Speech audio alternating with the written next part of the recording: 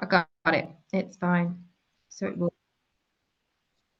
Okay, thank you for bearing with me while I do that. Right, okay, back to the presentation, and I'll just pop that on the screen. So again, if you're not part of the WhatsApp group, feel free to add your mobile in the chat or email across your mobile.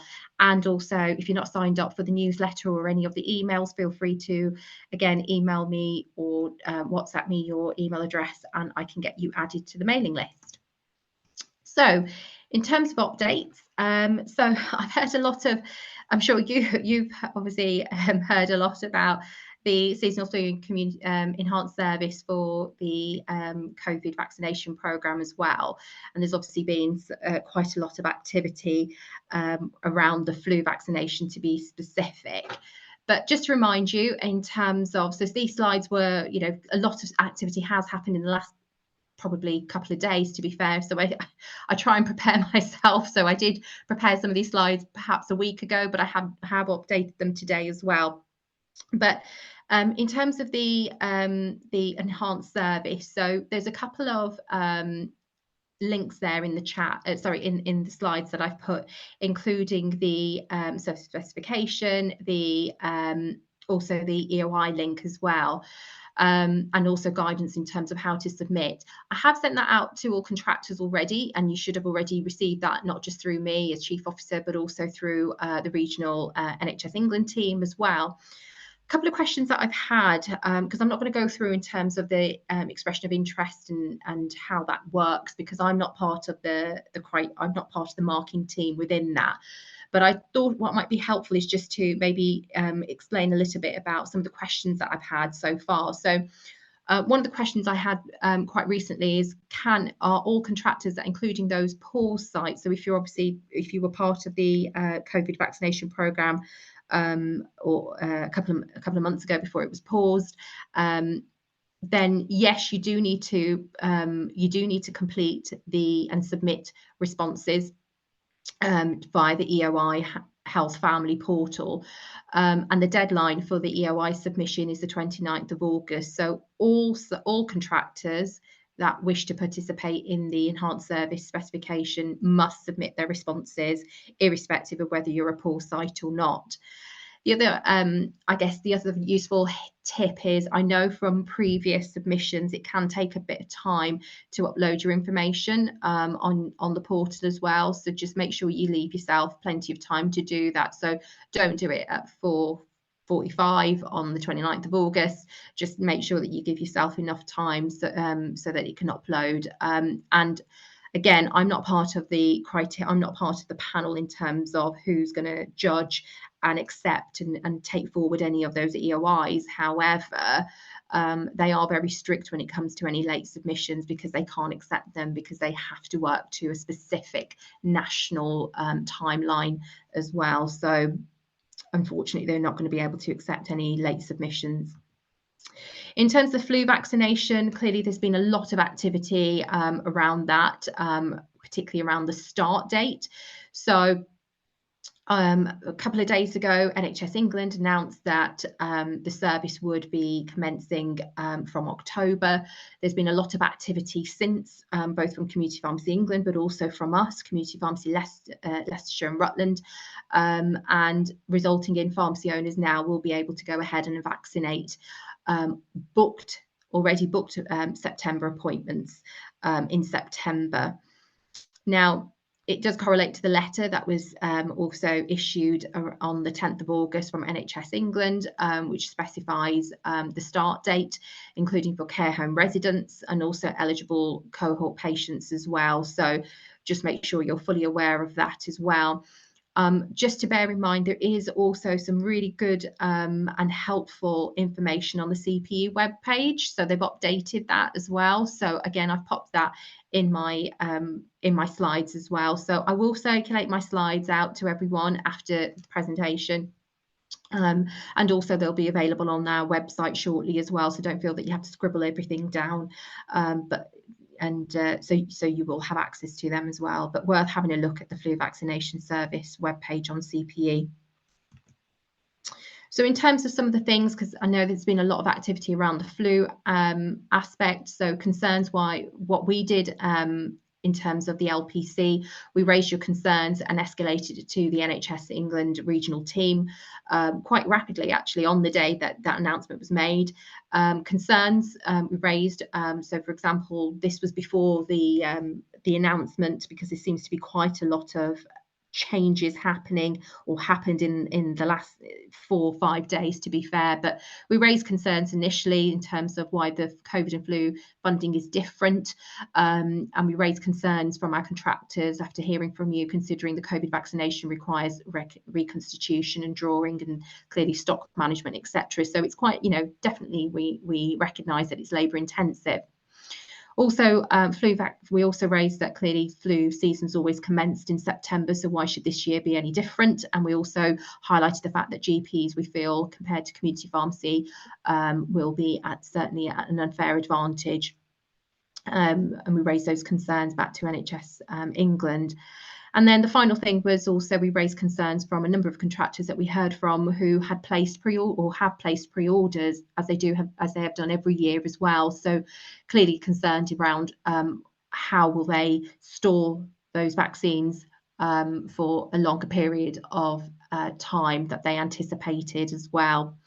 And the response, well, I have shared the response with you all via email, but if you've not seen it, this is verbatim, this is word for word, the response that I received. And again, it's also on our website as well. So, I can't really say anything more, but certainly pushing NHS England regional team. This is a national programme, of course, and we fed that back to Community Pharmacy England as well.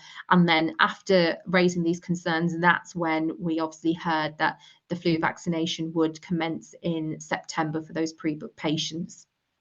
But I just thought it'd be important to highlight that clearly there has been a lot of activity happening behind the scenes from myself and the team as well that you may not be aware of. But I mean, we are where we are, which I don't really like to say at all, to be fair, and I really hate that saying. However, there's clearly a lot more that we can do and continue to do. We're working alongside Community Pharmacy England. We've fed that back. We've actually got James Wood coming over to our committee meeting in September in a couple of weeks' time. So again, if there's any questions or concerns that you want us to raise directly with CPE, James Wood, feel free to reach out to myself or LTAF or even the team as well, and we'd be happy to have your questions and pose them to James, or take back to CPE and Janet and the team as well. Community Pharmacy England is calling for a reversal on the decision, and we'll continue to support that as well. What can you do as contractors in terms of what action can you do now? Well, there is some things that you can do, including supporting MPs. So there is a template email that we can send to, or that you can send to your local MP to support the urgent support needed on the NHS flu vaccinations as well. So again, all this information has already been sent to you, and I've sent it via the WhatsApp messages as well. But it's worth highlighting that although we'll continue to feed that back to Community Pharmacy England and NHS England, as a contractor, you can also play a part in the cause as well by raising those concerns with your local MPs. And that template email is available. So literally you're just popping in your name and address and who you're representing and your region. In addition, you may be aware, I don't know how often you go onto the CPE website, but there is a next September committee meeting for Community Pharmacy England are conducting. And this time they're actually seeking input from all pharmacy owners. So again, you'll have access to this slide, but they are looking to find out your views, to hear from you through a short poll, and it's available for everyone to do, so including independents and then CCA multiples as well. So those that have joined that may be part of a CCA multiple, those survey polls have directly gone to your head office as well. But I would really strongly urge all contractors that are joining and are able to complete the poll to really, actively participate, and encourage you to complete the poll. It's really important that not just me, but and as an LPC, that Community Pharmacy England hear it from the horse's mouth as well, as such to say. It's really important that they are able to then be a little bit, hopefully agile and take on board your feedback, your constructive feedback and your opinions, so that they can start to weave that into their daily workings and operations as well. There's also so if you want to register for their September engagement event, which is happening on the Monday, 18th of September, again, the link is there, and you can join in. And if you want to, you can just go onto CPE website as well, and the information's there on the homepage if you're not able to find this. So that's a little bit about on the national level. In terms of regionally, what have we been doing regionally, and also as an LPC? And I just want to walk you through. So this is quite a busy slide, and I don't want to go through and bore you to death by PowerPoint today, by all means. But I think it's important that you understand that the LPC has gone through a number of changes over the last 18 months, and more specifically in the last 3 months to say. So if you recall, take yourselves back in summer of 2022, you as a sector, so community pharmacy, voted as part of the following on from the right review recommendations, the vote came back in favour to mandate the right review. And the sector voted in favour of the RSG proposals, and that was done back in summer 2022. And since then, we've been busy. We've been working through that and making progress on implementing and making the changes at both local and national level. And we call that programme, or that work stream, Transforming Pharmacy Representation, so TAPR. If you hear me talk about TAPR, hopefully it will resonate that it's following on from the RSG work as well. So over the last 18 months, we as an LPC and all LPCs across England have had to consider and take action following on from the RSG review. A couple of things that we've had to consider is considering our boundary, our size, and where possible, closely aligning ourselves with the local NHS ICS structure, reducing LPC committee sizes to a range of 10 to 12 members, while still maintaining and making sure that we're proportionate and fair in terms of the representation. We've also had to meet the future Community Pharmacy England levy through efficiencies, and there's also been changes within our constitution and our branding as well, which I'm going to walk you through shortly as well. I'm really pleased to say that actually as an LPC, we met all the RSG recommendations before they were even announced. I'm not saying that there was very little work for us to do, but in some areas, for example, the size of the committee, well, we already met the recommendation of 10 to 12. We've actually got 10 committee members, and I'll go through who those committee members are because we've recently had a re-election. It's worth noting that actually we've met those RSG recommendations, and we're actually ahead of the game. So this is just to illustrate some of the timelines for those changes and take you back through the number of activities that have happened. I'm not going to go through each one, of course, but clearly from September 2022, when following on from the RSG vote, there's been a number of activities happening throughout the year, including the beginning of the year as well, which included the special general meeting that was conducted back in a couple of months ago for us within the LPC, and that was open to all contractors, where you voted in the new model of constitution as well, that was adopted from Community Pharmacy England. Since then, we've also had a re-election and nomination process as well. And like I said, we've got a new committee. So let's talk about the new committee. So the new committee started from the 1st of July. So they're all in post now. 10 members in total, like I said, 6 independent, 1 AIM representative, and 3 CCA reps there as well. So I mean, hopefully you can recognise some of the faces you may already know. Sorry, not faces, names, or faces if you know them already. But hopefully you've got some relationships there as well. It's really nice that we've got some existing members, but you'll notice that a lot of our committee is new. Sat is obviously probably everyone knows, to be fair, because he's been in the committee for a long time, and so I'm really pleased to have him, but also Altaf as well, who continues to support us day out as well. So that's the committee. Some of the committee members are on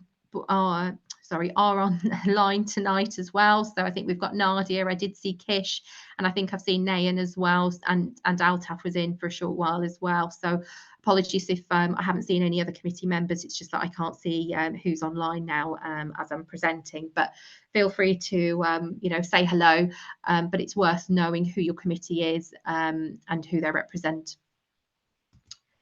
So we've got our first committee meeting on the 1st of September, and during that meeting we're going to be electing and considering our new executive committee. So what that means is appointing a new chair, a new vice chair and a treasurer within that process, and also establishing new subcommittees. So subcommittees includes contracts, governance, and HR, and a communications subcommittee as well. So following on from the 1st of September, we will inform all contractors who's been appointed within what post and who's within each of those subcommittees as well. And like I said, on the 1st of September, we also will be joined by James Wood from CPE. So if you do have any questions or concerns that you'd like myself or Altaf or any of the committee to raise, feel free to get in touch with me, and we're more than happy to do that. So talked about this in terms of social media, so I won't go on about it, but feel free to add us and like us, please do. We've also, you might notice that we've changed our name. So although you'll probably still hear us or other people refer to us as the LPC, we are now Community Pharmacy Leicestershire and Rutland. So we felt that it resonated exactly what we do on the tin, also resonates with stakeholders in terms of we represent community pharmacy, and also is a lot more aligned to Community Pharmacy England. So a number of LPCs across England have also adopted similar branding and similar name. So hopefully you will like the new branding. I feel it shows a lot more vibrant collaboration as well, and closely aligned to the colouring within NHS England and community pharmacy as well. As part of the branding, we've also done quite a lot of changes within the website.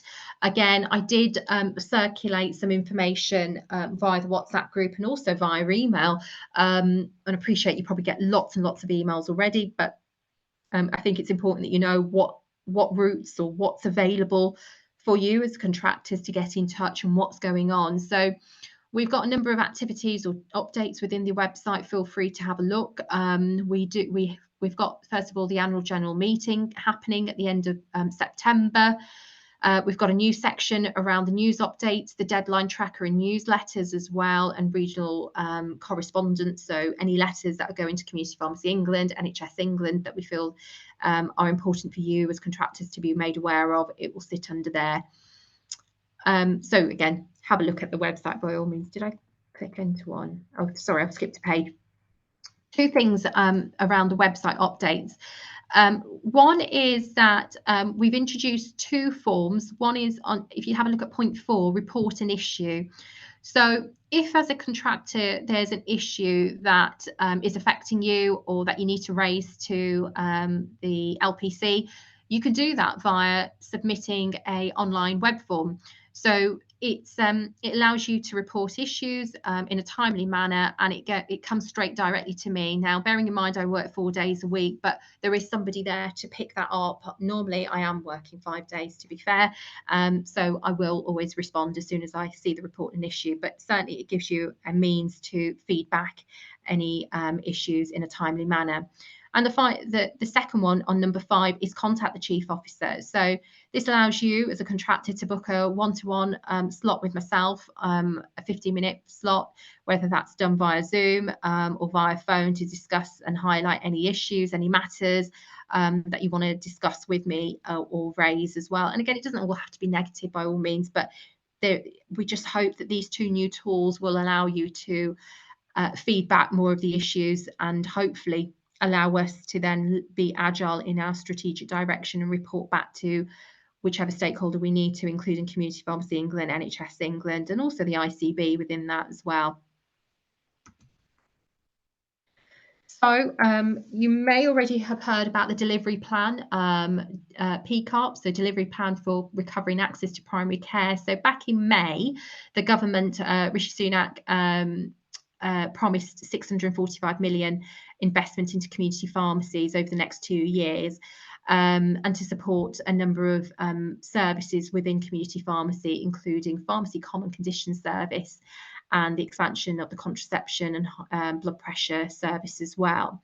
So a couple of things I thought may be worth you knowing if you haven't picked this up already. The first one is the expansion of the oral contraceptive services. This is not the locally commissioned service. This is the advanced service, and also the blood pressure service. So these two are advanced services. So as part of that investment is government really and the NHS want us to utilise that money once it's become available, of course, to increase access and convenience by expanding that service provision. And that we're expecting to hear from or see that by the 31st of December. I've not had any further details as of yet, but we will wait and obviously share that in due course as soon as we're privy to that. Then the second thing was around the launch of the Common Condition Service, formerly known as the Pharmacy First service that you may have picked up on, that Community Pharmacy England were using. So by the end of 2023, community pharmacies will be able to supply POM meds for seven common conditions.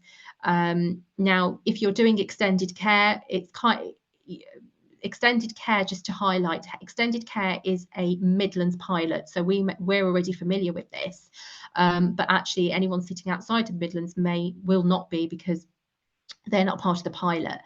But within the Common Condition Service, it will include uncomplicated UTIs, impetigo, infected insect bites, and acute otitis media, all part of extended care. But there will be three new conditions, which will include shingles, sinusitis, and sore throat as well. So again, once we've got further information, we'll share that with you over the course of time. So that just abbreviates in terms of what we know, as well as within the PCARP. Yes, there was the launch of the Common Conditions Service, which just call it CCS. It's quite long to say. The expansion of blood pressure and oral contraceptives. But then the other things which were quite interesting were around increasing pharmacy flexibility. So subject to parliamentary timetables, we're looking at supervision and what that means, but also looking at POM to P switches and hub and spoke as well. So there's some conversations happening behind the scenes around what that looks like. And again, nothing's come out, but this is all part of the negotiations, and we're hoping, again, we'll have further information. The other thing that I picked up was around digitalisation, which was around developing and delivering interoperable digital solutions between pharmacy and GP practice by the 31st of October. Now, not to be a cynic, I'm quite intrigued by that, because this is something that we've wanted to do for a number of years, and to have an ambition to do it within such a short time and a turnaround. So I'm not sure what that would look like at this point, and I've not heard anything around it either. So watch this space. But again, I think it's something that we've been trying to do for many years. So I'm interested to find out how that will be achieved over the next couple of months, to be fair. So yeah, I'll keep you informed on that. In terms of work streams, like I said, we've got the within LLR, we will have as an LPC, as Community Pharmacy Leicestershire and Rutland, we have organised the AGM, the annual general meeting for contractors. That's on the 29th of September. We're hoping we want it to be a hybrid event, so it will be a face-to-face and online. So when we mean online, it will be streamed via our Facebook or LinkedIn page. So hopefully you'll all be able to join, whether that be face-to-face or online as well.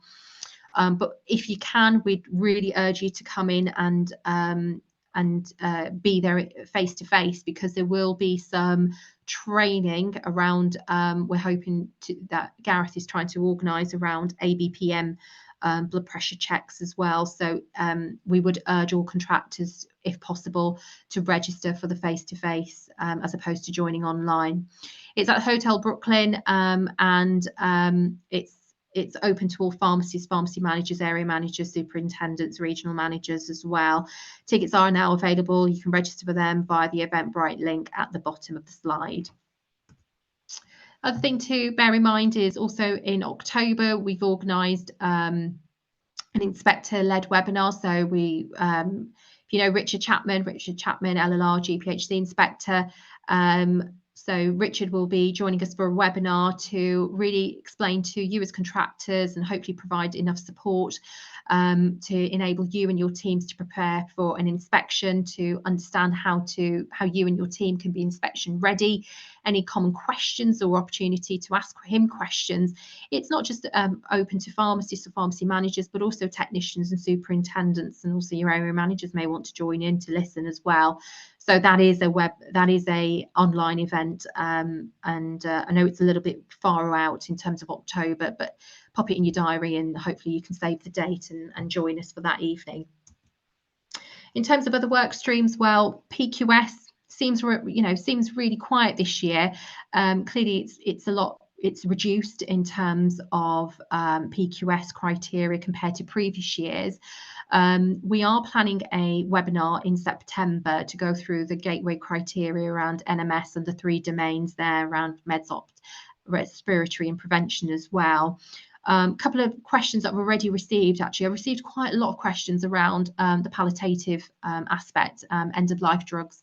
So I just thought I'd pop in the links there of some useful hints and tips. So, for example, where can I find the medication list and provider list in terms of stockists, and also any FAQs around the PQS as well. So it's there on the CPU website. In terms of price concessions, again, this is something that we continue to beat the drum really hard about. I've written to Janet now, I think it's 2 or 3 times, and I think Altaf's already written to Community Pharmacy England as well once before, and we've shared that with you as contractors, and we'll continue to do that as well. The last letter I wrote to Janet was highlighting the procurement price around atorvastatin and 150 other medicines that were above drug tariff pricing as well. We did receive a response, and we've popped that response on the website under regional correspondence. As a result, and hopefully, as a result of some of the letters that we've been doing and campaigning with on behalf of our contractors, Community Pharmacy England are actually doing a specific price concession webinar on the 5th of September. And I know this is a real contention with everyone in terms of the process being rather archaic, but I would really urge you to join that, because I believe Alistair Buxton from Community Pharmacy England is doing that webinar. But it'd be worth him knowing what questions or concerns you want to raise around around price concessions specifically. So if you want to email at that email address below at the bottom of the slide, feel free that you can do that, and that way Alistair and the team can tailor their webinars so that they can hopefully answer as many of those questions in advance during that webinar itself. In terms of contractor resources and support, well, in terms of monthly updates, hopefully you're all getting our newsletters, and if you're not, like I said at the outset, feel free to add your email address or email it across to me, or send me a quick WhatsApp, and deadline tracker as well. Final thing was just around the bank holiday rota as well for August, but also previous bank holiday rotas. I have just sent out, I think it was on Monday now, I sent out the bank holiday rota to you all. I sent it via email and WhatsApp. That's more than likely to be revised, but feel free to we are going to update that on the website as well, so feel free to access it via that, but I will of course share that with you all via email. Other things around resource and support, I have been banging on about this for some time, but there were around about, I think I emailed or got in touch with 41 pharmacies last week, around CPCS IT solution. So every contractor needs to, every community pharmacy needs to declare which CPCS IT solution they're utilising, whether it's Pharma Outcomes or not. And the way you do that is obviously contact Pharma Outcomes, and you inform them that you are wanting to remain with them, and then they will obviously complete the declaration on their side, and that will get fed back up the food chain through NHS England. So all 41 pharmacies that were on my red list as such that hadn't done that or hadn't completed that activity, I did contact you. If you're still concerned whether you are on that red list and you've not heard or you're just not sure, again, drop me a line and I can double check and see where you're at and check your status on that. In terms of services, well, we've got Gareth with us tonight, but Gareth and Vinay are working really hard behind the scenes. So Gareth has obviously introduced the CPCS toolkit, which I spoke to you all about last month. But if you've not seen it, well, you should have seen it because that was sent out to every single community pharmacy within LLR. You had that in a printed version, but you can also print additional resources via the website. Gareth is now working really hard behind the scenes on DMS, the essential service. So new tools will be coming your way soon. He's also planning to run a combined effort with UHL and you as contractors in October, a DMS event. So bringing the two bodies together, something that we've not tried before, but we feel that there's certainly really good value in that because we really want to support more referrals, and we know that, you know, you can't do anything with DMS until you get that referral. So we really want to improve not just community pharmacies' understanding, but more importantly, UHL's understanding and the value that DMS can bring in the mix. In terms of blood pressure checks, well, there's updated content on the website and there's more updated website to follow as well. Again, Gareth is working on further resources to be released, and hopefully by the end of August, we will be able to email them across to you and send them out. You may have seen from Altaf's message on the WhatsApp group, and also you received an email from NHS England, I believe, today or yesterday, around needing all pharmacy owners will need to use an NHS-approved IT system as of the 1st of September. So again, that information has come to you via a letter. If you have no idea what I'm on about, again, drop me an email and I'm more than happy, or actually just give me a call. I'm more than happy to walk you through that. Yeah, that's fine. A couple of things just in terms of just to make you aware. Conscious been talking for a while as well. Shared care records. So really quickly, shared care records is different to your summary care records, and I'm hoping you all know what a shared care record is, but if not, shared care records basically pulls together information from a patient from several sources, including your GP and hospital records. So they contain extra information, a lot more extra information compared to your NHS summary care record. For example, important vaccination information, ADRs, drug allergies, indication of why a medication has been initiated, or just an indication for the medicine as well. And behind the scenes, myself and Sat have been working really hard on this for probably over a year to try and get access to for all community pharmacies within LLR on the shared care record.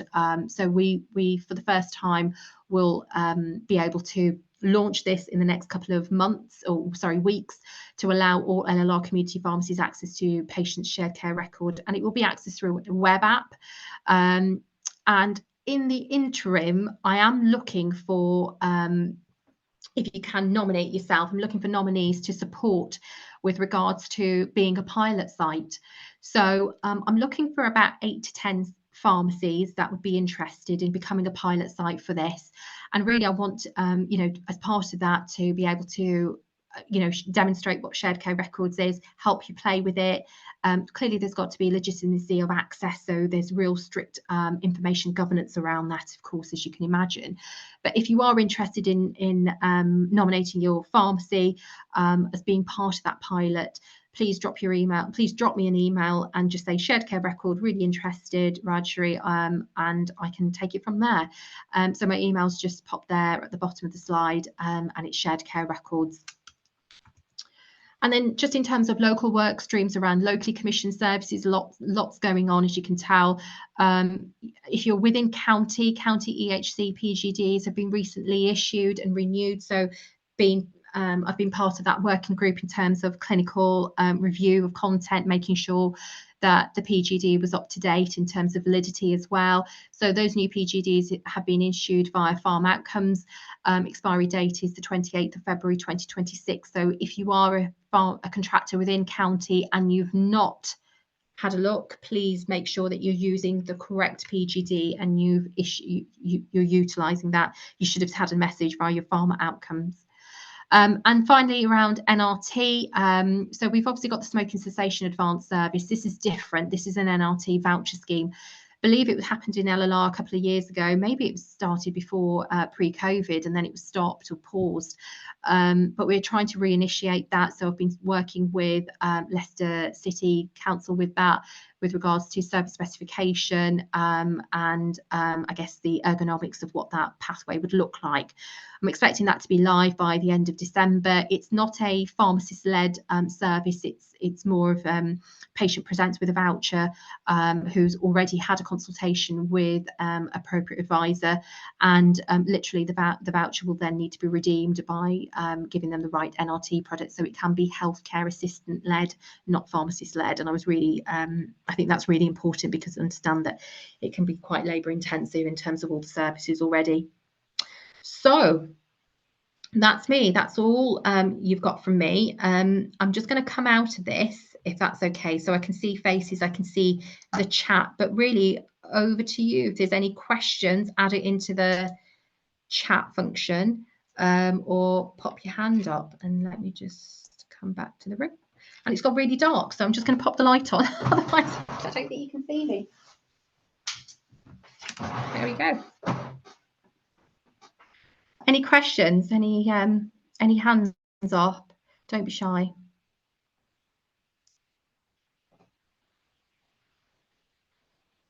Oh, Dibble, did you have your hand up? Sorry. I did, yes. Go for it. Oh, more of a broad, like I put some in, sorry, I put some questions in comments in the chat. Yeah. This goes back to the WhatsApp messages that I posted over the weekend. On the broader spectrum of the contracts and the structure of the NHS contract that we're in, I think it's outdated, and it needs a major overhaul with regard to negotiations, the transparency, openness. Like I put in my chat, as a business owner, I engage in contracts for utilities, waste management, alarm, other businesses I own. The major contract that affects my pharmacy, I don't actually have an input into directly, which I think is wrong. Like I say, I own other businesses. I have a direct input into those contracts, but 90% of my pharmacy income, I've got no input into. And as Ranjit said on the same WhatsApp group, for 40 years we've been against this, and it needs a major overhaul, in my opinion. And that's okay. I mean, I'm not here to, yeah, I concur to a certain level as well in terms of the hierarchy, in terms of the archaic framework as well. But then you've been given the opportunity, and I know Gareth's got his hand up, so I'll bring Gareth in a moment, but you've obviously got the opportunity from Community Pharmacy England to feed back that as well. So yeah. I've just mentioned in my presentation, the Community Pharmacy England are organising that webinar. You've clearly got a really good understanding of what's going on, how it's affecting your bread and butter ultimately, and it's exactly your type of contract. You're the type of contractor they want to hear from, and I think it's really important you do. I've been emailing CPE directly. Good. I've had no response. I've had no generic response. My emails go off. I know they've been delivered. I've had no comeback from anyone. Well, if you want to send me if you want to copy me in, by all means you can. Okay. I like I've mentioned, I mean, so for example, they've got the webinar, the contractor, sorry, where they're asking for pharmacy owners to contribute to the committee meeting in September. That's the first thing. If you're sending emails, then feel free that you can copy myself in, and then I can, chase it up for an answer or a follow-up. Yeah. And there was a third thing now, and it's gone out of my head, sorry, baby brain, but ultimately there is that opportunity. Oh no, because James is coming to our meeting in September. So Right. if there's anything, so James Wood, Yeah. if you want to raise any or ask, if there's something specific that you want us to ask or follow up, then feel free that you can do that via email. But if I won't know what you've sent if you've not copied me in. Sure. Yeah. And yeah, so Yeah. I can only go on what contractors are telling me, Yeah. and that can be done via the WhatsApp, that can be done via the email as well. But more than happy to. I'm here to support at the end of the Yeah. day and fight the cause. But I'll just keep cajoling and keep going with that. But let me just bring Gareth in because he's had his hand up for a while. Sure. Yeah. Gareth, can I bring you in? Yes, yes. You touched on what I was going to say, actually, Rashri, the September committee meeting of CPPE, of CPE. It would be good, Dipple, to join that meeting if you can, put some ideas. The committee down there, there's no monopoly on good ideas, and I think we accept that the national contract is in need of some refresh. But what does that refresh look like? So some of the people in PPE, like we mentioned, Alistair, he's an employee. He's not a businessman with first-hand experience. He's working on feedback that he's getting. But you are a businessman. You've outlined a few points already this evening. What would you suggest, having made the point that it needs to be modernized? What are the modernizing Well, features that you would I suggest? think the writing on the wall, there should be a two-tier system, independent contracts and multiple contracts, because it's not a level playing field, never has been. Independents are up against it from the get-go. Multiples have bigger buying power. I know Lloyd's and the whole Boots offload and so on, but yet they are still big conglomerates with huge financial pockets. Independents, although you might join Newmark, Alphega, you still are your own boss. And a two-tier system, having an independent contract and a multiple contract, is more of a level playing field because, you know, we can't compete with pricing, drug purchasing, and so on and so forth with the larger groups. That's the way I see it. Because Well, if I were you, and knowing how these sort of organizations work, if you can put some ideas down, constructive suggestions on one side of A4, they'll never yeah, turn the page. One side of A4, perhaps with a diagram or something that's eye-catching and well thought out and argued. That's the way to attract the retention. Leicestershire LPC, the same as 48 others. We're in the middle of that pyramid. yeah, We need to get this to the top of the pyramid. And Rashri had a letter sent out reflecting the thoughts and feelings of contractors very, very early on. So I think with the LPC making its point and some really well thought through suggestions and ideas to give them something to get their teeth into, that's what I would really recommend. okay. Yeah, I'll do that. Whilst I'm just on my feet, so to speak, I would like to ask if contractors are still receiving CPCS referrals by email from GP practices, or have they all moved across to this farm refer thing? So if you're still receiving emails with forms attached, it implicitly means that the surgery has not signed up to the farm refer concept. Let us know about that. Perhaps use that resource pack to pop across. There's links on the LPC website to farm refer. There's about a 3-minute video that you could share with practice managers. Just let them see how simple and straightforward and easy it is. From the surgery side, it looks like just like finding a patient if you're doing a flu vaccination or a COVID jab. Everything gets populated and they hit send, and it's across to the pharmacy. And once they put Farm Refer in place, referrals become easier and there will be more of them. So watch out for that. Let us know if there's surgeries that's still sticking to the old way of doing things, and we could perhaps work with you and support you to maybe pay a visit to the practice manager and reception manager and see if we can get them encouraged to make the change. Rashmi kindly mentioned DMS. We've got the attention of UHL at the moment and the ICB. It's pretty unique to have all three corners of this working together. I would ask contractors, what problems are you experiencing with DMS? Now's the time to please let us know so that we can raise them with the head of DMS for the hospitals and with the ICB. This is a golden opportunity to raise DMS problems. And the last point from me, Rashmi kindly mentioned also blood pressure checks. We're trying to do something at the AGM. We're getting some manufacturers of ABPM devices to come along. We're doing really well with clinic checks, but we're not anywhere near where we should be in terms of the ratio of ABPM to clinic checks. What's the issues arising with ABPM checks? What can we do to assist? What can the manufacturers do to support? So those are the three things. EPCS referrals, if they're still the old way. DMS, what's the problems being experienced? And ABPM, what can we do to help? Thank you, Gareth. I've just popped in the chat for everyone because obviously Gareth's asking for quite a lot of information there in terms of DMS and around CPS, because we want to know, we need to know so that we can, make sure that the offering is tailored to meet your needs. And you're right there, Dibble. I mean, we're aware that the DMS referrals aren't there, hence why we're working with UHL and ICB and working a lot more strategic and collaboratively with them, because without the referrals, there's nothing that can go on. And actually, this is an essential service. Let's not forget that it's an essential service.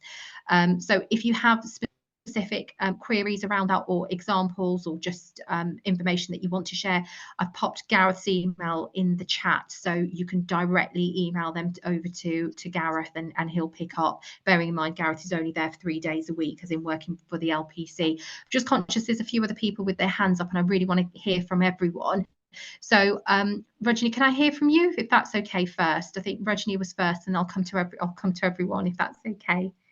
Yeah, thank you. I think issue about funding.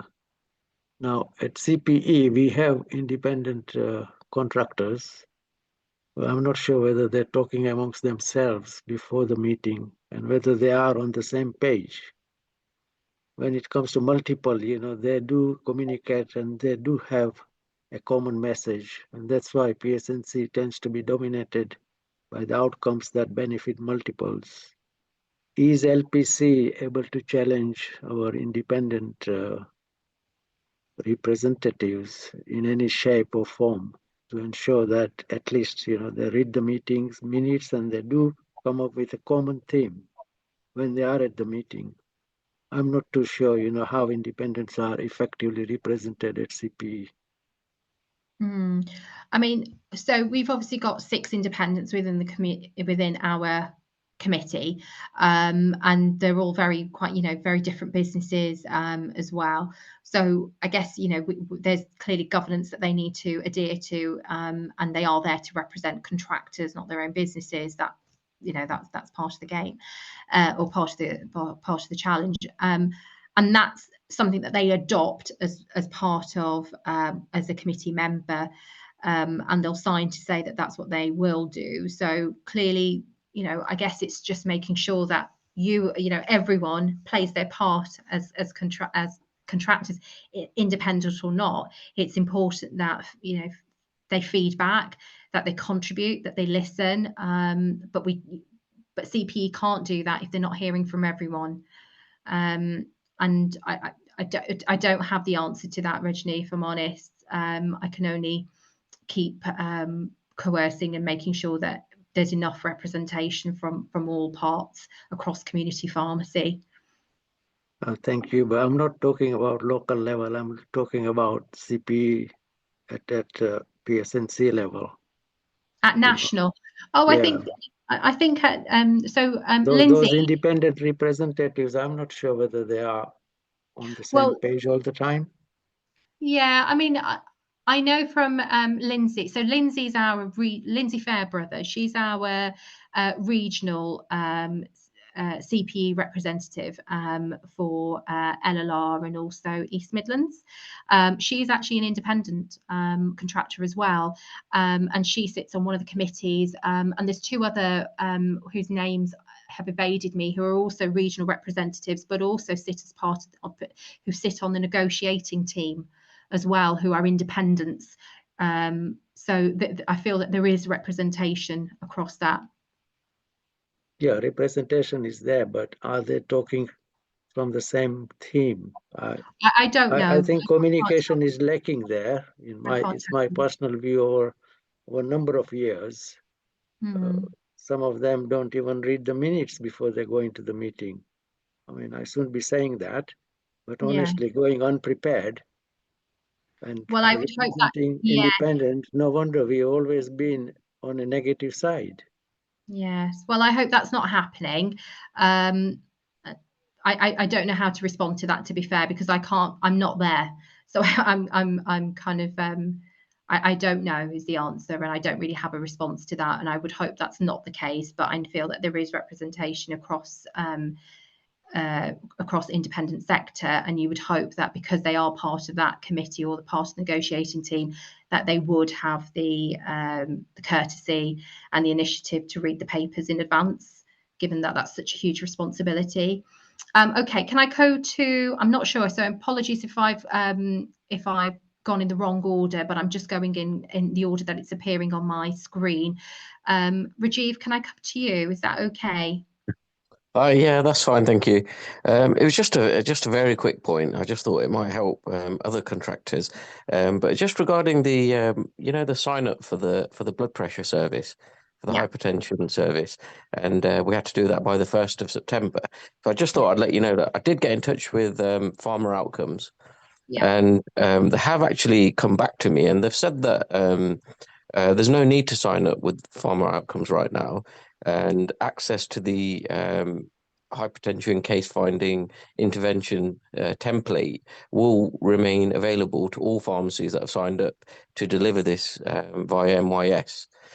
So they're basically saying that the the management feature will go live this month. And we don't actually need to do anything. And they're saying that there's no charge for the use of Farmer Outcomes as well. And they're saying that will remain in place until April 2024. I think that's when the contract ends. Okay, Rajiv, could you forward me that email, and I'll just make sure it's fed back up to NHS to the regional NHS England team. Is that okay? Can you just forward me that email? Thank you. I will do. Yeah, Thank no you. problem. Yeah, that's fine. Thanks, Rajiv. That's really helpful. Kieran, can I come to you? Hi, Kieran. Hello, Kieran. Hi, can you hear me? Hello. Yes, we can. At local level, we are not getting DMS referrals at all. I know it's been mentioned more than once, little chat we've had. The problem I find is whenever we hospital, whoever, any pharmacist who rings us saying, oh, your patient's here, I always say, can you please refer? And so they always tell the staff to do it. So it's not in the hands. So it's the admin staff after the pharmacist check or whatever pharmacists are doing. It's really not. It's admin staff whoever's the last point before the discharge medication is given out. So they are the ones who needs to be briefed or trained or whatever the right word is, so that we do get the referrals. If we get things 0 referrals at the moment. Yeah, we get phone calls from hospitals saying your patient's here, what's the medication, what are they using, what are they not using. So we're already giving them the information, which they should be able to access it anywhere from STR or wherever. But nevertheless, we do communicate with them, but then they are not doing their bit. And 2 pharmacists, they say, one at Glenfield, one at LRI, saying we are telling the staff to do it, but if they don't do it, it's not in our hands. I think maybe it might be a useful bit, maybe an unuseful bit. Yeah. No, that's really No, that's really helpful actually, Kieran, because I think, you know, Gareth is aware of that being the issue as well. And we know that there's very few referrals coming, and bearing in mind, like I keep saying, it's an essential service. So it's important, you know, from both sides that there's value in this service as well. But if, Gareth, can you pick this up with Kieran outside of the call today? Will that be all right? And maybe, Kieran, if that's okay, Gareth can speak to you directly about some of those, and hopefully he can weave that into the conversations that he's having with UHL and ICB level. Yeah, I've got one or two other points. Yes, of course. Referrals, we do get them on Saturdays, but 50% of the patients in saying 111 asked me to pop in. I mean, that shouldn't be happening either. They've run the 111 and 111 are actually sending them to the pharmacy without actually getting a formal referral. They're still doing the job, of course, but not via the referral. So that needs to be addressed, because all we're doing is keep on losing out. We still keep on providing the service like DMS, not DMS, but we are doing the discharge services, working doubly hard, sorting the patient's prescription out. So that needs doing, and 111 and GPHC referrals, CPCS referrals 0. The reason is we were given that it's not part of their fourth requirement anymore. So they don't have to do it anymore. It's not counted. That's the reason. That's the actually main reason. One more point on the CPCS is, I understand there's one pilot going to go on soon. How did you manage to just pick one pharmacy to be in that pilot and not, I mean, it wasn't open to everyone. Could we not have put our names down? How was that pharmacy picked up for that pilot? Because I believe there's a pilot going to happen soon. Gareth, should I just bring you in there? Because I feel that this is probably more yours, but then I'm just conscious that there's a few other people that need to ask questions as well. Hi, Kieran. Kieran, what was the response like when you went round to the surgery with the CPCS resource pack and the information that we sent out? How did that go down when you presented it to them? On surgery, obviously I'm not going to name it, but that was the response. The reason I directly said, how come we're not receiving any? There was a time we got 7 a day and then 0. And they said, oh, it was part of the cough at that time or whatever, but not anymore. That was it. That was the response. We have had a letter of communication from the Willows Health Group, asking us to ring the surgery and let them know, not ring the surgery, sorry, inform the surgery that we are ready to receive via pharma outcome now, the GP, CPCS referrals. But I'll try to ring them up. No one picks the phone up. So if apparently we're supposed to speak with practice manager. So if we email them, are they going to pick it up? I don't really know. But it's a group of 10 surgeries now, isn't it? So we've had communication from them to tell them we are ready. No, thank you. Gareth, is it worth you perhaps taking this offline and maybe speaking to Kieran and, you know, maybe supporting her in that specific practice, particularly around the cough points as well? That's quite baffling if they're coming back and saying that. So Kieran, if you just want to drop your mobile in the chat or send a direct message to Gareth, maybe Gareth can give you a call when he's next working. Is that okay on Friday? Fine. Really helpful. Very quickly, smoking cessation. We signed up. We get excited when these new services come up. We all believe we are making loss by dispensing core services or core model. So we we do everything we can possible and list ourselves to provide the service. And guess what? Because most of the services are actually via referral. Whoever's supposed to refer, they don't want to refer. They don't care. So we are not getting that many. I don't know, some pharmacies maybe get loads, but we've not got any. So I think you guys can help knock on anybody's door who are supposed to refer. So behind the scenes, just on the smoking cessation, I mean, you know, a lot of the services are based on this push-pull model as well, and I'm not the greatest fan of that for some of the services, including the one for smoking cessation. To be fair, I'm not a fan, if I can completely honest on that, because I totally concur. what you said there.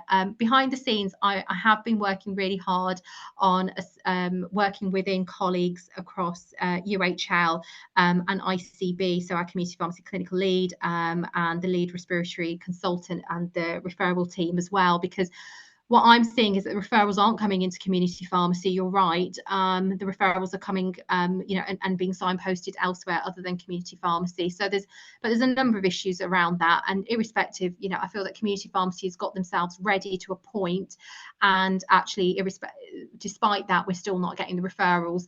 There's a real, on a personal level, if I can speak personally, I feel that the service is flawed in many ways, including the fact that it's on a push-pull model. And we're not seeing the referrals, but rest assured there is some work being done. I'm not sure whether it's going to be part. I don't feel that it's the best service, and I feel that as part of the negotiations there's probably going to be some changes to that, but we've got to carry on with the service clearly, because it's there, it's an advanced service. But clearly, you as a contractor can decipher and decide whether it is appropriate for you to do that service based on your return on investment as well. You are a business and you've got to think like that. But there is a lot of work going on behind the scenes around smoking cessation. Okay. But that's not good enough. Because locally, maybe you guys could, I don't know, sort something out at local level, like Nottingham had something regarding for sore throats, for example. Oh no, we are doing things locally. You're not hearing that. So we are, like I said to you, I've just said we're doing things locally. So I'm working with UHL, with the lead respiratory consultant, with the community pharmacy clinical lead at ICB within LLR. So there is a lot of happening on a month-by-month basis, because we're not receiving the referrals. I understand that, but like Nottingham got sore throat model where they are getting paid. Can you guys not sort something locally so we can get maybe referrals or not, but at least paid differently, like Lambeth? I think it's Lambeth in London, they get paid for doing Dorset boxes. We don't get anything to it, but I know Lambeth, they do get paid for Dorset. So I'm just saying, it's not that we don't want that to happen. We're not the barrier here, Kieran. It's just the fact that if there's no money in terms of, because who's going to be the commissioner? So certainly we lobby for that, but if the commissioner isn't willing to commission, it makes it really difficult. But look, I'm happy to have that conversation outside of today, by all means. I'm just conscious that there are other people on the call that have had their hand up as well, so I can just go to them, and I'm more than happy to speak to you. On a one-to-one. But thank you, Kieran, that's been really helpful. Chris, can I come to you, because you've been really patient, so you've got your hand up as well. Thank you very much. Just a couple of questions. One is to do with price concessions. Can I ask, why is there no regular dates that price concessions come out? And is that something that you guys can try and set up so that we know where we stand on a month-to-month basis? Yeah. What do you mean when the price concessions are out? So, well, they decide to bring them out when and so as and when they want to. It's not a process that we can. So, it's not a process that we can. I mean, I've written to Janet from CPE saying, well, you can see what I've said to her, because I've sent the letters out to you as a contractor. So the price concession process is broken in my view, and I've said that explicitly, really clearly to Janet herself as well. And so I think Alistair is probably aware of that as well, hence why there's a lot of activity happening around price concessions. They've got this Community Pharmacy England price concession webinar as well. If I'm honest, Chris, I can't give you a definitive answer to say this is why. It's because, I mean, clearly it's not as an easy process as what you think. There's lots of activity happening before the price concessions released, including making sure that that they collate the data, who's going to regulate that data, making its legitimacy, reviewing the data, etc. So it's not a clear-cut process, but by all means, if you've got things specific around the price concession issue or the process, then feel free to feed that back to Alistair and obviously be part of the Community Pharmacy England webinar, or give it to me and I can write to Janet again and continue to lobby on price concession. Obviously you can imagine that it's frustrating for not just us, course, but everyone. And it's making a loss. I know, I get it. Yeah, and you're reporting these drugs, and there are on so many occasions that they just don't turn up on the list. So it is a bit painful. But the other thing I wanted to is more probably aimed at Gareth. He's obviously suggested that we speak to GPs about CPCS and sort of try and liaise with them better to establish a better connection and rapport with them, which we have done. There is one surgery that has played ball, and then the other one, unfortunately, they're finding every possible way of not referring anything to us. I spoke to the doctors there, and I basically bluntly said, "Listen, why are you not sending referrals through?" And he was thinking of pretty much anything other than sending us a referral, i.e., there should be another way of making this work, whereby we can use a phone system, where we can use any other method, bar the farmer outcomes and the email process. And he's hell bent on trying to be entrepreneurial and arrange something and try and set something up. It's becoming a bit of a challenge. Considering that we have gone to those lengths and had these meetings with these doctors and sat in rooms and, obviously taking time out of our schedule as well as them. Is there a way that they get not so much punished, but do they get any sort of repercussions for not processing? I know they have these quaff points that they have to meet, but it seems as if they don't care. So, Gareth, do you want to just come in on that about the IFF scheme? Winter Fund access. Yes, the IFF scheme is to do with PCN. It's a PCN incentive. It's an incentive. It's PCN wide, whilst QOF is practice at practice level. The practice you're mentioning there, are they using email or are they using farm refer, as far as you're aware? Or are they just they're not using anything at present. I mean, like I say, we've had these we've actually had face-to-face meetings with them, and on the face of it, they were very receptive. And certainly one practice has been absolutely wonderful in sending referrals through. The other one, on the other hand, is literally total opposite. Okay, there's two things that are relevant.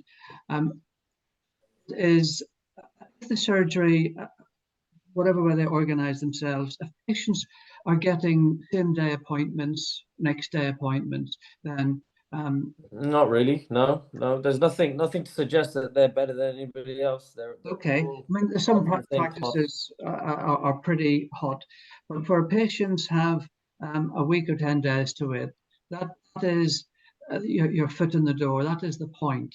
And I'll come and visit you and see what we can do. The other thing is to reflect briefly on the other local pharmacies that share the prescription volume coming out of that surgery. So if there's 2 or 3 of you, what I've noticed is if one surgery or if one pharmacy is not making a good job of it and patients are being referred back and receptionists are getting confused, they take a decision. That's not the case, Gareth. I understand. Yeah. Yeah, sometimes they take a decision that they just stop doing referrals, and then if you're providing a fantastic service, well, switch the taps off for all pharmacies. Okay, there's something more going on there. Chris, I'll come and see you, and we'll. Yeah. Unfortunately, I mean, that certainly isn't the case in this instance. But I mean, the doctors are actually very, very, very good. They're very nice. They're very polite. And like I say, on the face of it, they're receptive, but behind the scenes, they obviously have another agenda, and that is obviously not working for us in community pharmacy. So they need to be spoken to by somebody higher than us, I guess. Well, first of all, let's see what Gareth can investigate, Sure. because he's obviously got some links in terms of with the practice, if it is one that he has. But then we've also got obviously our community pharmacy clinical lead, who's a pharmacist, but a community pharmacy clinical lead for the ICB. So to be honest, me and Gareth probably speak to Paul Gilbert every day. So if it is something that we need him to influence from ICB to kind of have a word with the practice, and he's that conduit between practice and community pharmacy. So we've got a great relationship with him, to be fair, and he's really supported in terms of LLR, CPCS. Just to give you a picture of where we are as a system or as a region, LLR is the best performing region within Midlands when it comes to CPCS referrals. I think for next time, Gareth, perhaps if we can share some of that for the month, the data around that, just so you can compare. So I think it's important that you as contractors can see that where you are in the mix of terms of like, well, we're not seeing referrals. Well, there are referrals coming, but maybe just not to your pharmacy, and it could be about relationship, I don't know, and or it could be something more, but the referrals are definitely there, and actually that we're getting the most referrals out from LLR as a system. So Chris, so if that's okay, we'll get Gareth to get in touch with you there as well. Yes, please. I'm just conscious. Was there anything else, Chris, before No, I that's move fine. on? Thank you. Fabulous. And then I've got a Mr. Pharmacy, very cryptic. Who's that? What's your first name? Hi, sorry, it's Muzaffar. I think Raj has spoken to you a couple of days ago. Yeah, sorry, it's the same scenario, but I think it's slightly different than other pharmacy. We are getting CPCS referrals. Every day surgeries are ringing that, are you doing the CPCS referrals? So unfortunately, like I told you, that we can't get CPCS because they can't find our pharmacy in the system. So, a couple of months ago, I've spoken to Paul Gilbert, and I raised my issue with him, and he said, you know what you can do? You can get the manual forms from the surgery, tell them to email you, and you can do. We have done CPCS referrals, and we have given the medication as well. Mustafa, you're a distance selling pharmacy, right? Is that correct? Yes, it is. Yes. Yeah, so I don't think you can do CPCS. Need to just check. I don't, because distance selling pharmacies. I'm quite sure, because we've had this conversation with other pharmacies. But I think because you can't do the full consultation to get a patient in, I don't think GP-CPCS works. But only thing is that we are registered with them, and I've spoken to the other online pharmacies. Who have you registered with? Who have you registered with? MYS. Yeah, so MYS is just where you put the details in the platform. I think distance selling, I need to double check, but I think it's because you're a distance selling pharmacy. That's the issue here. We'll need to check the service specification. Gareth, I feel that DSPs can't. That's my initial hunch, but we'll clarify. Gareth, can I leave that one with you just to confirm, looking at the service specification? But we do need to check on that one. Mustafa. Okay, so is anybody can check, because so far I've done the in the service specification, so I'll have a look now whilst you're on. Because you're near Anstey, right? I'm sure. I looked last time, I think. It's Anstey. Yeah, so I think it was because when we tried, I think it's because you're a distance selling pharmacy, so you don't come up on the. It's because it goes through your NHS platform, is what GP-CPCS goes under. Okay, so I've just popped in the chat the specification for you. Sorry, Altaf, I've just put it in the chat. Yeah, no problem. I'll double check for you anyway, Mustafa, and I can get back to you. But I think I've had this in another group, that we've had a WhatsApp in another group, and this was what came up. Okay, so it means that we can't do CPCS referral. I thought we can do over the phone. It's distance selling pharmacies, but if the patient has to come in, you don't have you're not allowed to do physical consultations or take the patient physically into your pharmacy, you see. So if someone wanted a GP-CPCS, you have to either have a face-to-face or a telephone, or you have to be able to offer them that. And if you can't offer that, then you can't do the service. But we can do if that offer makes the sense. telephones, Altaf, I think. Yeah, but in the Yeah, sorry, but in the the service service spec, you need to be able to specification, see the patient, right? yeah, And if it they does physically say that. wanted to come and get them, see you, yeah. So that's the So issue with I'm just distance looking at this. telepharmacy. Sorry to interrupt, Altaf. In the service specification, referrals for low acuity minor illnesses, where a face-to-face consultation is the preferred access. So again, if you're unable to offer a face-to-face consultation, then you're not able to offer the CPCS referral. Yeah. So I think actually I'm just referral. looking. Yeah, it's definitely Yeah. distance telepharmacy can't do it. Yeah. I can see. It on What my about? Sorry, what about the hypertension case finding then? Well, can we just talk? Well, we'll have a look at your specifics then, maybe outside of the call, because we don't want to be going into specifics about your pharmacy. But more than happy to take that offline. Yeah, I think. that's fine. That's fine. Yeah? I think that makes sense. Yes, definitely, no problem. Okay. Thank you. Thank you. Nadia, do you want to come in? Got your hand up. Thanks for being so patient. No. Hi, everyone. Sorry, it was just a quick one. How we are getting CPCS referrals, we've gone through quite a few different phases with our GPs to say, can we accept them like this? Now, can we do it like this? And so now that we're going on the farm referrals, is that before we start to push the blood pressure, which is becoming a lot more louder, and the contraception, because we can accept referrals for both of those, could we not just have that in place before we all start knocking on the manager's doors? Because I've already set up my CPCS, and now I'm going to say to them, okay, change your action. And as previously mentioned, the door to the practice manager is so well guarded, and they are so, well, in most cases, and from lots of experiences, it's quite hostile when you go knocking on that door. So if we just had it right from the start, I think it would help with the streamline and the smoothness of the services that we're providing. Otherwise, we were constantly going and changing our tune. And I think that creates added friction and more resistance to work with pharmacy. The DMS is, we don't get paid for sitting on the phone and going through patient lists of medication. So, and the same way that we can't get any action done or payment from chasing up differences from their existing medication if we just receive a new prescription and it's all wrong, or there's changes and we've got all that follow-up, is there not a way to have that as a two-way dialogue as well, so that they send us an application form, perhaps? And I imagine that we'll have to data input each individual drug, but at least then it means that when they bounce it back going, this is what you had, this is what's changed, so we have some sort of channel that we send to the hospitals, because then it also means that admin has a trigger to say, oh, I've got to send something back because this pharmacy was contacted. So those phone calls are audited and documented in a more formal setting for us as well. So that helps with our PMR records. Yeah.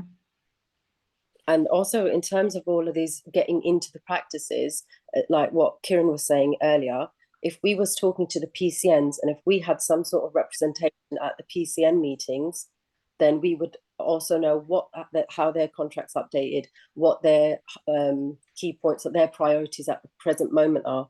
So things like, so they have PCN meetings where their surgery is literally closed down for afternoons, and we are part of that PCN. So even if it was PCN leads attending those meetings, or at least having the invite.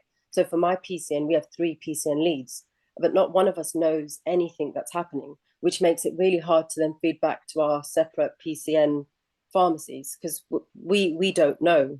And things like having the CPCS no longer having referrals, that's affecting all of us.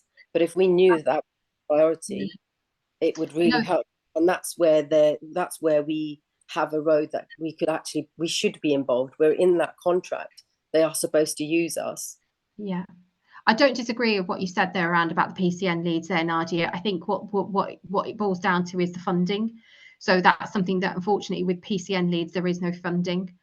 And I have PCN members, even despite that funding, I would be happy to attend that meeting if it meant that I could. No, exactly. So this comes down to local engagement, isn't it? It comes down to local engagement. So although there's no money in the pot to release you in terms of propelling your business or propelling your pharmacy, it's the right thing to do. And you've got to weigh the benefits as opposed to the which is how pharmacists run their businesses. To be fair, that's what So, and if it meant that I was going to those meetings, networking with those GPs and the practice managers, and then some of them have no idea about these 6 things that we're going to do, even that we've been doing the UTI for how long, the ears, and lots of them don't fully understand. So just to make it a bit more fair across all the surgeries, if we were at those meetings, instead of us pinging emails, we've got they're going to have a face, they're going to have a point of contact. It's just about opening that up. But I talked to my PCN, but I still don't know how to get an invite to that meeting. So I've gone and sidestepped to my integrated neighborhood, and social prescribers, politely speaking, who are they? They have such greater clout than us pharmacists. They have so much more respect. They have their own app. They have their own referral systems. They have access to System 1. They popped out of nowhere, and they have far superseded us in this hierarchy of respect within this MDT. So it's just, and because they're written in the PCN and they're funded by the PCN, the same as our PCN pharmacists, but for some reason, there's such a big gap between a community pharmacist and a PCN pharmacist. And I think that that's something that we need to reunite just as pharmacies at some point. And I think that getting into those meetings or having some sort of dialogue started, I guess I'm saying I don't know how to do that. And is there some support that all PCN leads could have? And I don't know if that means that, because they've got the groups of the federations that they've all put up, and maybe having a list and an understanding of who is in that federation, who we should be talking to sort of help us get in. Or perhaps, I mean, I'm an LPC member, and I feel like I don't know how I'm going to get in. So and what I'm thinking is, how am I going to help contractors that are sitting beside me? It's just something that I just think, like, PCNs, that's where their money is. That's the GPs are forced to work in teams now. They're not happy with it either. But then we need to muscle our way in and have some representation there, essentially. So I guess that was just 4 points about streamlining the services so that the referrals are all consistent and all the same, to simplify it for the GPs so that they don't have to break their heads. Leveling up with these social prescribers.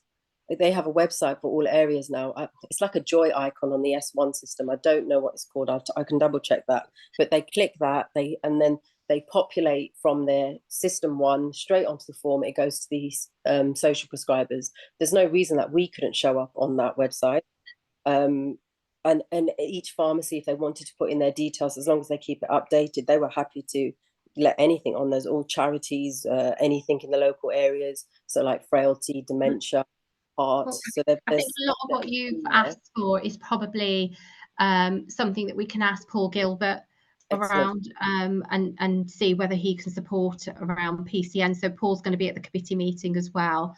So it'll be interesting to see whether he can shed any light to some of the issues and suggestions that you've made there around that as well. You're right. I mean, if we can get into the PCN network, by all means, but then it's really about managing and adopting that on a local level as well, because once that information's there, because some of you guys may already know who your PCN pharmacist is as well, so it will vary across LLR where you've got that good working relationship. Sorry, Gareth, you've got your hand up. I was just going to say, and you've touched on it, it just so happens this Friday, Nadia, we've got a Leicestershire-wide meeting with the chief, with the regional chief pharmacist there, Jackie Buxton. We've also got Claire Elwood there, and I think she's the lead for the PCN pharmacists. Is that right, Rashri? Is she the lead? No, she's not. No, well, yes, in a way. I mean, she's the Claire Elwood is the chief pharmacist for UHL, but she's also the chief pharmacist for LLR ICS, so for the entire system. So you're quite right. We do know that each of the PCNs has got a system-funded pharmacist. I don't want to confuse the term PCN lead farm. We're talking about the community lead pharmacist, the way it was back in the day. But there is a PCN funded pharmacist that reports into the ICS. We might have an opportunity just this Friday to raise it as under AOB to say that contractors are interested. They want to be part of the PCN. You know, if social prescribers can get in there. You know, why can't community pharmacists have access? Leave that with me. I've got lots of things. It's a really good idea, Nadia. Thank you for that. Yeah, I think it's a great idea. Brilliant. Right, I'm just going to see if there's any more hands. I'm really conscious of time because we've gone 30 minutes over and I only had an hour for protected for this. So, you know, guys, thank you so much for joining. Just to wrap this up, you know, first of all, thank you for joining. I think there's been some really juicy discussion in this. We've obviously recorded the webinar as well, and I'll remember to hit stop recording. But for the next meeting, hopefully we'll have some further updates in terms of some of the discussions we've talked about today. In the meantime, some of the more national discussions around funding, negotiations, price concessions, etc. There's only so much there's a limit in terms of how much I can influence or how much the LPC can influence. But really, I would really urge you to all be, you know, part of the campaign. So where I've asked you to write letters to your MPs, to engage in the webinars for Community Pharmacy England, that's what you should, you know, really should be doing, to submit your questions to Alistair. If you're writing to CPE, feel free that you can copy myself as Chief Officer. We'll follow up the actions on a more regional, local level, including with CPCL, Community Pharmacy Clinical Lead, Paul Gilbert, the PCN element as well. And hopefully for next time in September, we can update you on where we are with that. And actually, it'd be lovely to hear from you in terms of how those webinars have gone. You know, was it pitched at the right level? What more did you want to see? I'll be joining, of course, but you know, it'd be nice to hear it from somebody with a contractor's perspective as well, who's you know, doing it in terms of day in, day out. But thank you again. Hopefully you've all got my email address, and I feel like I'm just ranting on about my email address and mobile, but it's really important that you have that so that you can contact me. And I've also told you about the reporting issue and contact the Chief Officer, and I have put in the chat, just to reiterate, Gareth's email, because I think there was a lot there for Gareth in terms of some juicy bits around DMS and CPCS and blood pressure. So thank you again, Gareth, Altaf, I don't know, or Nadia, if you want to join, stay on, feel free. But thank you, everyone. Thanks for taking the time out. Have a lovely evening. Bye. Thank you, everybody. Thanks for, if everyone's got feedback as well for Red We'll see you next month. Yeah. I think feedback's important. So if anyone can send feedback, I think that'd be quite useful. Mm-hmm. Yeah, Gareth, your light's getting darker and darker. What's going on? It must be past my bedtime. Your solar panel lights are not working. I need to pedal harder, don't I? Yeah.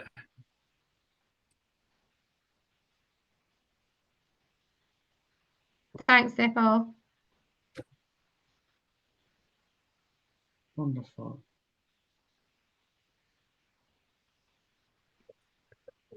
At least you got it recorded, Rajshri, so you can we can go through some of the key points.